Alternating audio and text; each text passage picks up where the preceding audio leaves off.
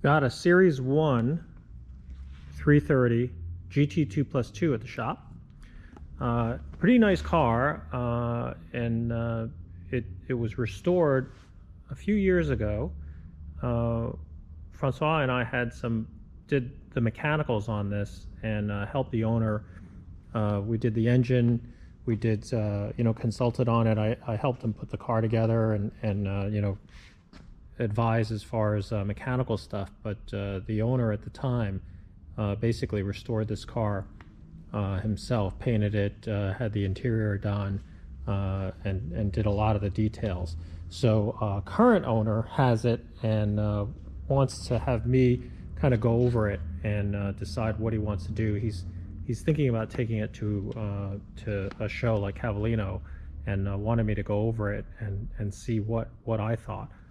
Pretty nice car. There's a couple things on the car that is probably going to be a point deduction here or there, or half a point, or things like that. But which I can't point it out because those that are watching may be judging, and may catch them if I point them out. But if I don't point them out to them, they may not notice. So I'm going to keep some of this stuff to myself.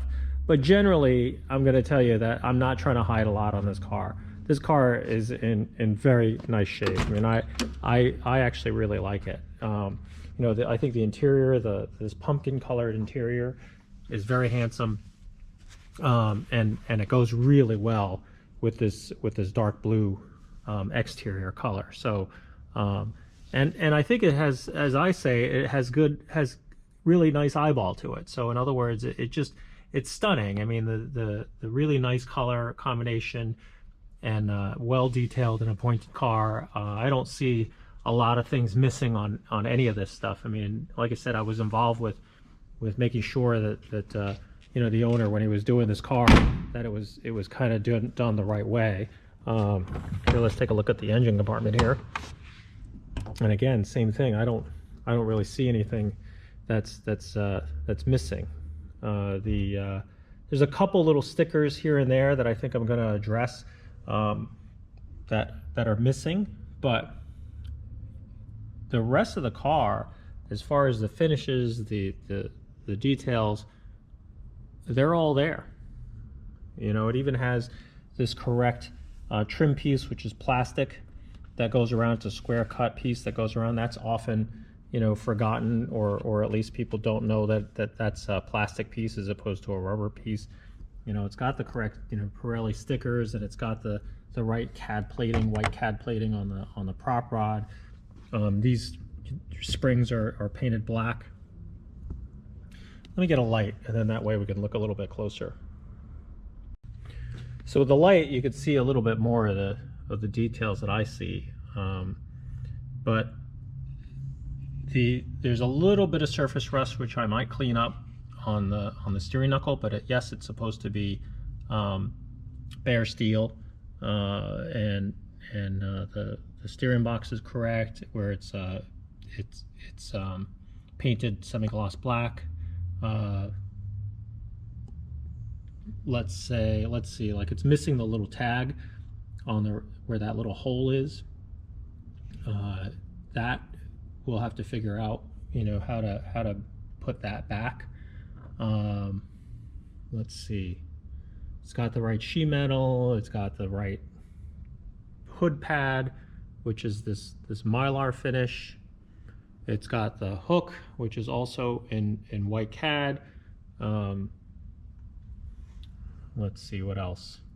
The couple things that I'm gonna deal with is that the distributor cap has the labels on this one that are dark, like kind of faded orange, kind of aged. And then the problem here is the other side doesn't really match. The color of the distributor caps are similar, in brown finish, but the labels are in the wrong color. So you have to do something, either make this one orange or make this one white. They start out white, and then as they age with the engine compartment, it tends to go a little orange. So that's something that we'll have to deal with. We have stickers. Let's see, it's got stamps on the resistors. This one looks like it's missing, so we'll have to add that on the stamping for that resistor. Let's see, what else do I see? But it's all kind of there. I mean, I will go over it later and do more of it, but it's looking pretty good. Another thing I might do is, you see these squirters? The squirters are pointing the wrong way. Right now, they're supposed to be pointed, they're kind of pointing sideways to the way they're supposed to squirt. So I'm gonna have to take this grill out, get behind it, because I don't think there's any other way to get to it, and adjust the squirter so that at least it's heading in the right direction. But one of the things that I noticed when I first got this car, which was it's just not running right. You know, what I'll do is I'll show you what it does. I think the accelerator pumps are not running right, because it doesn't want to idle really well. So I'll show you what I mean. So inside, typical startup procedure, we're going to turn on, fuel pump is on, and then what we'll do is we'll just do key on, and you'll hear the fuel pump prime. It's full. I'm going to give it a couple pumps, and then we're going to fire it up.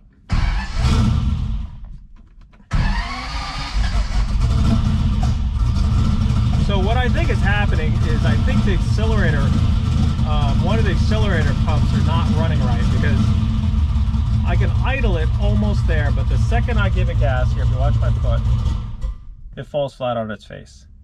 And what happens is, that's like a lean issue. So in other words, the second I try to give it gas, I open the throttle butterflies, and it should give you a squirt of fuel. And what's happening is, I think one or two of the carburetors is not squirting fuel, because when it just stalls when I step on the gas, it means that the carburetor valves are opening, but simultaneously when the butterflies open, there's supposed to be a little squirt of fuel down there in the carburetor for the accelerator pump. But without that squirt, you open the throttle, the butterfly opens, no fuel, and you just basically have too lean of a condition, and the car stalls. In fact, let's try this again and you'll hear. So I can get it to idle, but the second I give it gas, it just stalls out. So the way I know I can do this is, if I slowly give it gas, or the other accelerator is kind of doing it. It's really rough, but as I give it gas, it'll stay running. But if I try to feather it, it just wants to stall. So I think what I got to do, just to get this car to run right, I take a look at the accelerator pumps. I think it's pretty straightforward. I'll take the carburetor tops off, or at least take the air cleaner off, and then what I'll do is, once I get the air cleaner off, I can take a look down and figure out which carburetor is not squirting. I suspect. Let's see if I'm right, but that's the next step. All right. So the first thing we'll do is take the air cleaner assembly out. It's 3 filters. I'll get a nut driver and we'll pull those out. I've said this before, and it looks like it's stuck to the way we used to work on it, which is that we tend to get rid of all the washers and things. These are held together originally with little nylock nuts with washers underneath, and we just feel like it's too much stuff to fall. The way these carburetors are set up, you can see that it just, you know, if you drop a nut, it falls right into the carburetor, as I just did. Magnets are your friend. This is why I also don't like using stainless steel fasteners, because they're not magnetic. So it you got to be really careful with this stuff. And using a stainless steel pieces might sound like a good idea, but it really is no fun if you can't get it out.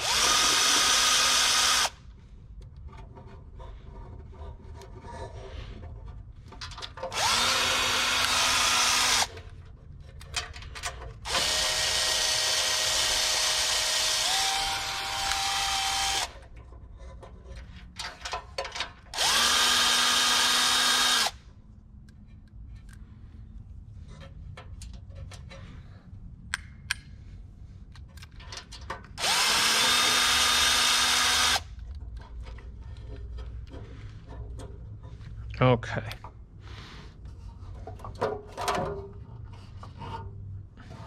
That lifts right out. All right, so let's see what we got here. We got a squirt there. Got a squirt there. No squirt. Okay, so it's the back carburetor that's got the problem. So let's see if we can to figure this out. We got this rear rail. Maybe there's enough flex in the carburetor lines or the fuel lines that I can actually sneak the back carburetor banjo off. Let's take a look. Okay, so what I've got here is I've got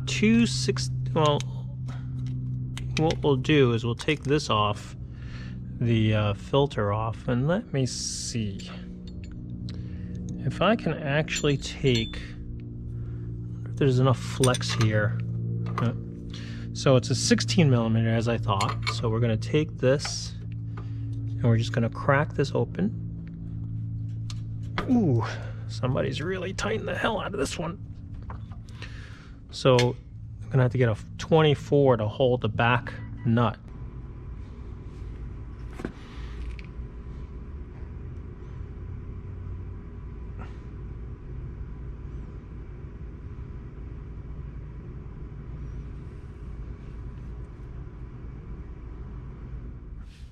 So what I did was I took a little bit of wire and just kind of ran it through the hole and got the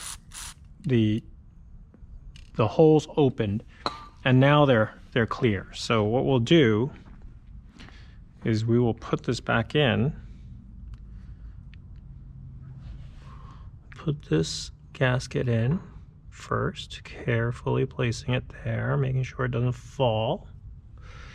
There's a little notch for this to line up in, so we'll put that one on there, like that.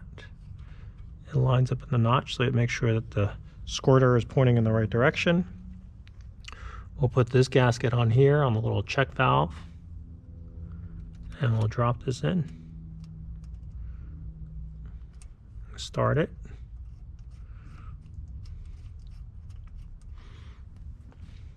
And then we will tighten that down. And it should squirt. There it goes.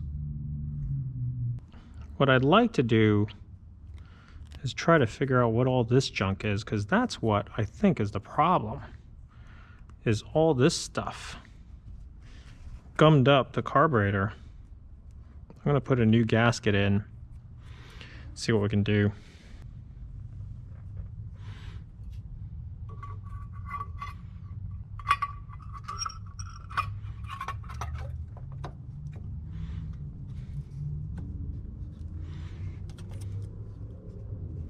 Once the screws are in, we'll get these kind of tightened in place.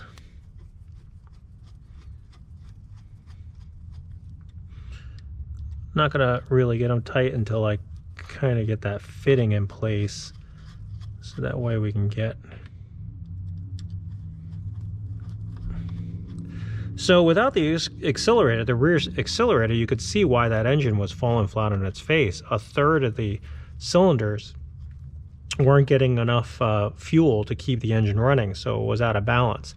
With this rear carburetor not squirting fuel, what would happen is, like I said, you go step on the accelerator pedal and it's supposed to, when you step on the accelerator, all the carburetor is supposed to squirt.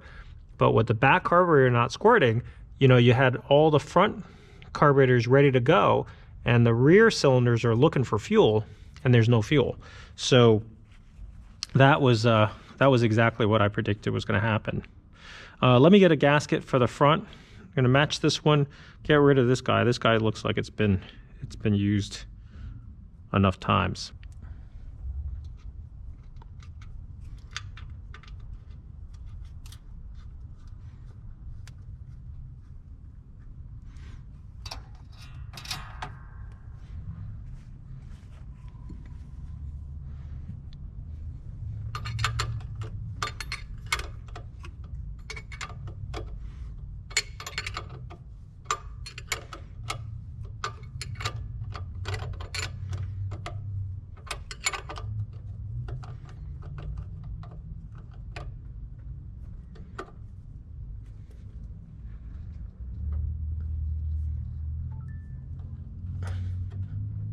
All right, what I'll do is I'm going to run the fuel pump.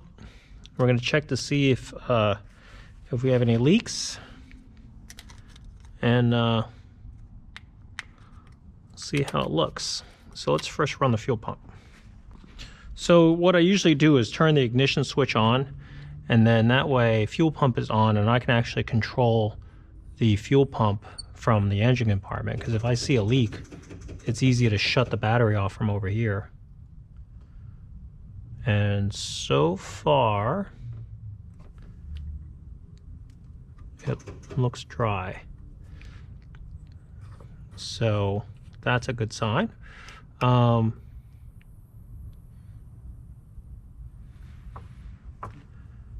hear something, but I don't see anything, so I think we're okay.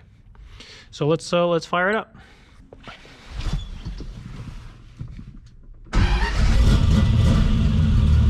That's better. So now you can hear it just running.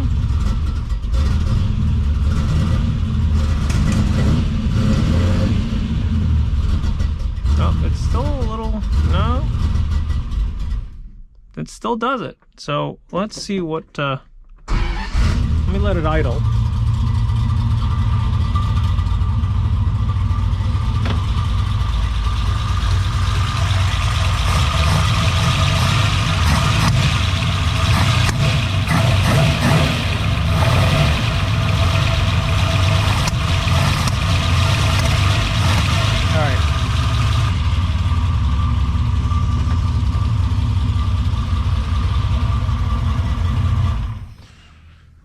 Well, that's enough for now. I don't want to asphyxiate myself in the shop.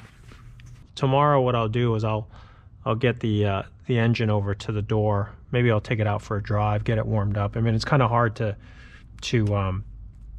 diagnose. It still kind of falls flat on its face. We definitely saw that it had a bad accelerator pump, so we fixed that. What I'll do then is get the engine warmed up. Sometimes it still needs a little bit of tuning just to make sure it's running right, but you know, sometimes you just got to fix one step at a time and figure it out. I think I'm going to clean this up too a little bit. This is a little dirty from the seal. There's somebody who put sealant here, must have been leaking, and it's oozing a little bit.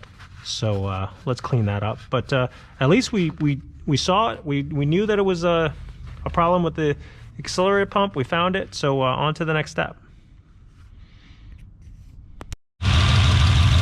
All right, so this is what I did. I checked the timing, and timing was fine. So what it turned out to be on top of the accelerator, now you can see the accelerator pumps are firing.